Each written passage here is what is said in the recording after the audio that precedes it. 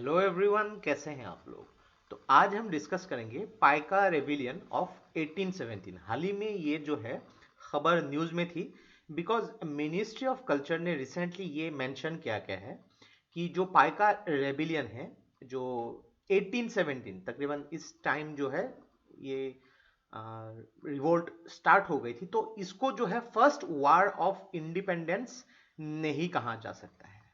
तो देखिए, ये तो जो अनाउंसमेंट मिनिस्ट्री ऑफ कल्चर ने की है, लेकिन इससे रिलेटेड जो पाइका रिविलियन के बारे में प्रश्न आपको पूछे जा सकते हैं। तो देखिए, from history point of view के हिसाब से बहुत ही इंपॉर्टेंट वीडियो होने वाली है, तो इस वीडियो को एंड तक बिल्कुल देखते रहिएगा। और इससे पहले अगर आप लोगों ने हमारे चैनल को अब तक सब्सक्राइब नहीं किया है तो इसको प्लीज सब्सक्राइब कर लीजिए, ताकि आने वाले ऐसे ही वीडियोस के नोटिफिकेशन इसी तरह आपको मिलते रहे। तो चलिए आज का वीडियो शुरू करते हैं। तो रिसेंटली मिनिस्ट्री ऑफ कल्चर ने ये कहा है, जो पाइका रिबेलियन है इसको फर्स्ट वार ऑफ इंडिपेंडेंस नहीं कहा जा सकता है। इसको क्या किया जा सकता है कि क्लास 8 का जो एनसीईआरटी हिस्ट्री की जो टेक्स्ट बुक है, तो इसमें एज ए केस स्टडी के हिसाब से इसको पढ़ाया जा सकता है। तो देखिए कि उड़ीसा के स्टेट कैबिनेट ने 2017 में पहली बार एक प्रपोजल लाया था कि जो पाइका रेबिलियन है इसको फर्स्ट वार ऑफ इंडिपेंडेंस घोषित किया जाए। तो यहाँ पे देखें कि मिनिस्टर ऑफ कल्चर ने अलग अलग जो है यहाँ पे अपने रीजंस तो मेंशन किया है, लेकिन ये भी मेंशन कर दिया कि इसको फर्स्ट वार ऑफ इंडिपेंडेंस नहीं कहा जा सकता है।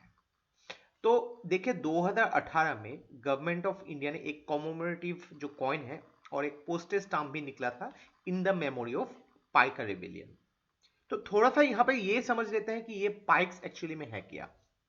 तो 16th सेंचुरी उड़ीसा के जगह पे उड़ीसा के साथ रिलेटेड है। तो यहाँ पे काफी स्मॉल छोटे छोटे जो ग्रुप्स थे जो अलग अलग मार्शल सर्विस देती थी, तो इन लोग को पाइक्स बोला जाता था। तो पाइक्स मतलब क्या है कि यहाँ पे फीट सोल्जर्स थे। तो उन लोग को जब अपने जगह के लिए, अपने किंगडम के लिए जब उन लोग फाइट करते थे एज ए शोल्डर के हिसाब से, जब उन लोग अपने ड्यूटी सिपाही के हिसाब से अपने ड्यूटी को ऑफर करते थे, तब उन लोग को रैन फ्री लैंड दिया जाता था और अलग अलग टाइटल्स भी दी जाती थी। तो इन रेंट फ्री जो लैंड, इसको कहा जाता है निष्कर जागीर। तो यहाँ पे देखिए, ये लैंड फ्री जो लैंड उनको जो रेंट फ्री लैंड दिए जाते हैं, तो उनकी जो ओनर ये पाइक्स हुआ करते थे, और उसके बदले में वो as a warriors, as a सिपाही के हिसाब से अपने किंगडम की प्रोटेक्शन में अपने आप को समर्पित करते थे। तो मेनली जब ब्रिटिश ग्रेजुअली आना शुरू हो गए यहाँ पे, तो ये जो है उस टाइम पाइक्स जो थे ये पीजन मिलिटेंट्स थे, जो गजपति रूलर मुकुंद देव टू, ये उड़ीसा के उस टाइम के रूलर थे। तो थोड़ा सा यहाँ पे जो इसकी ओरिजिन कैसे हुई इसके बारे में भी समझ लेते हैं। तो देखिए, पाइक्स ये कॉन्सेप्ट इंडिया के बहुत जगहों में, बहुत किंगडम्स में भी आपको अ, सुनने को मिलेंगे कि एक्चुअली जो भी सोल्जर्स थे उन लोग को अलग अलग जगह पे अलग अलग ड्यूटीज ऑफर किए जाते थे। उन लोग को वो ड्यूटीज करनी होती थी और उनके लिए उसको उन व्यक्तियों को रेंट फ्री लैंड दिए जाते थे। तो ग्रेजुअली जब ब्रिटिश ने अपनी दबदबा पूरे इंडिया में बना ली, उसके बाद ग्रेजुअली क्या हो गया, इन जो पाइक्स थे उनके जो लैंड्स अपने हाथों से जाने लगे। जब भी कॉलोनियल एस्टेब्लिशमेंट होने लगी, यहाँ पे लैंड रेवेन्यू सेटलमेंट्स जो है ब्रिटिश की, अब अगर मॉडर्न इंडियन हिस्ट्री आपने पढ़ा है तो ग्रेजुअली ये सब बढ़ने लगी। तो यहाँ पे देखें कि यहाँ पे जब ब्रिटिश रूल भी आगे बढ़ने लगी, तो उनके जो पाइक्स के खिलाफ जो है काफी सारे पॉलिसीज उन लोगों ने स्टार्ट कर दिए। तो यहाँ पे काफी सारे जो ट्रेडिशनल पोजीशंस जो थी पाइक्स की, वो खत्म होने लगी। उनके जो लैंड थे, ये लैंड जो है छीन ली गई थी यहाँ पे। और इसके अलावा यहाँ पे अगर आप देखेंगे, यहाँ पे ड्रेन ऑफ वेल्थ, बहुत ज्यादा एक्सप्लॉयटेशन इकोनॉमी भारत की उसमें हुआ करती थी। रेवेन्यू सिस्टम्स बहुत ज़्यादा बढ़ाया गया था, उसके वजह से जो है किसानों को, जो भी लैंड ओनर्स थे, उन लोग को बहुत ज़्यादा एक्सप्लॉयटेशन होती थी। जो पीजेंट्स फार्मर्स होती थी, उन लोग को बहुत ज़्यादा परेशान की जाती थी, बहुत ज़्यादा नाइंसाफ़ी हुई थी उनके साथ। और फार्मर्स को ज़्यादा टारगेट करके तो ब्रिटिश ने बहुत ज़्यादा एक्सप्लॉयटेशंस की थी। तो पहले यही हम समझ सकते हैं कि फार्मर्स के जरिए ही पहली रिबेलियन स्टार्ट हो गई थी। तो अलग अलग जगहों पे जब ऐसे टॉर्चर करने लगेंगे बहुत ही ज्यादा, तो डेफिनेटली उसका रिएक्शंस भी आना शुरू होगी। एज यूजुअल जो पाइकास थे उन लोगों ने भी अपने जो रिटालिएशन करना शुरू कर दिया। तो यहाँ पे इसी को बोला जाता है पाइक रिवॉल्ट, या फिर जो उड़िया लैंग्वेज में पाइका विद्रोह, जो 1817 में शुरू हो गई थी। अब अगर आप देखेंगे 1857 में जब सिपाही विद्रोह यानी कि सेपॉय म्यूटिनी लगभग 40 साल बाद जो पाइका रिवोल्ट के बाद शुरू हुई थी, तो इसको जो है फर्स्ट वार ऑफ इंडिपेंडेंस कहा जाता है। तो पाइका रिवोल्ट याद रखिएगा लगभग 40 साल पहले हुई गई थी सिपॉय म्यूटिनी से।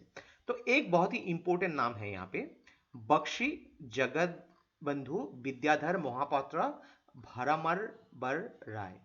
तो ये जो थे, ये व्यक्ति जो जगबंधु विद्याधर, तो ये हाई रैंकिंग जनरल थे, मुकुंद देव इनके हाई रैंकिंग जनरल थे।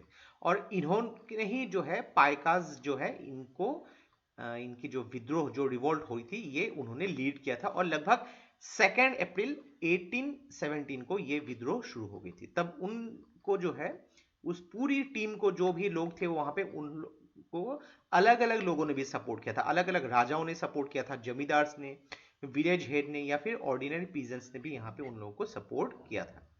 तो ग्रेजुअली कुछ महीने के बाद जो क्या हुआ, ब्रिटिश जो है बहुत ही ताकतवर बन गए थे उस टाइम तक। तो ब्रिटिश ने उन लोगों को जो है ओवर पावर कर दिया, और उनके जो लीडर थे विद्याधर उनको इम्प्रिजन कर दिया गया था 1825 में।